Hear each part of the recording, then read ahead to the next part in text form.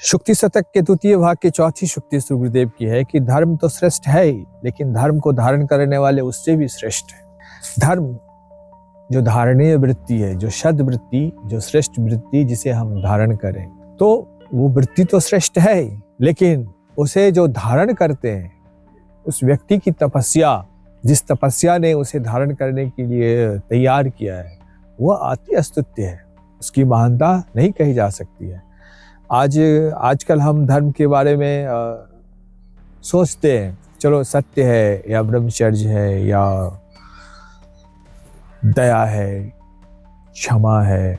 संतोष है, करुणा है, अहिंसा की वृत्ति है, अपरिग्रह की वृत्ति है, अस्तेय की वृत्ति है। तो क्या आपको लगता है कि इन वृत्तियों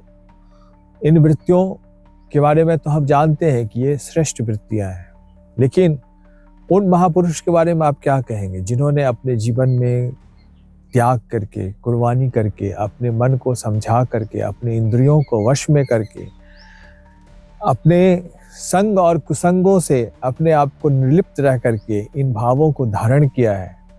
जिन्होंने ईश्वर प्रेम में अपने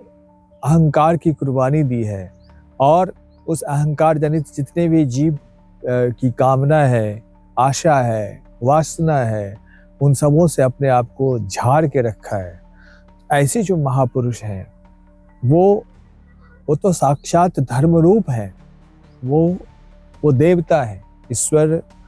के प्रतिनिधि हैं, देवदूत हैं, जो हमारे इस जगत को कभी कभी उपहार में हमें प्राप्त होता है।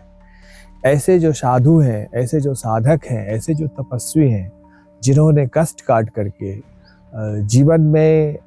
अपने मन को मार करके, अपने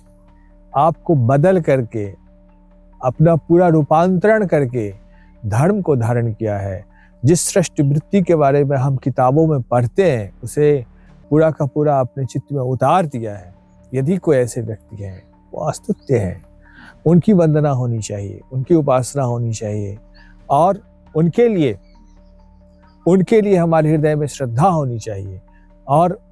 उनके हम अनुयायी बने, उनके वचन को हम धारण करें, उनके प्रति हम ईश्वर के समान श्रद्धावान हों,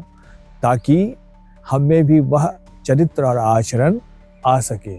क्योंकि ऐसे साधु ही अपने सद्गुणों के द्वारा, अपने धारित किए हुए धर्म के द्वारा इस संसार का रक्षण करते हैं, संसार के जगत के पापों का परिहार करते हैं, हमें पाप से उद्धार करते हैं।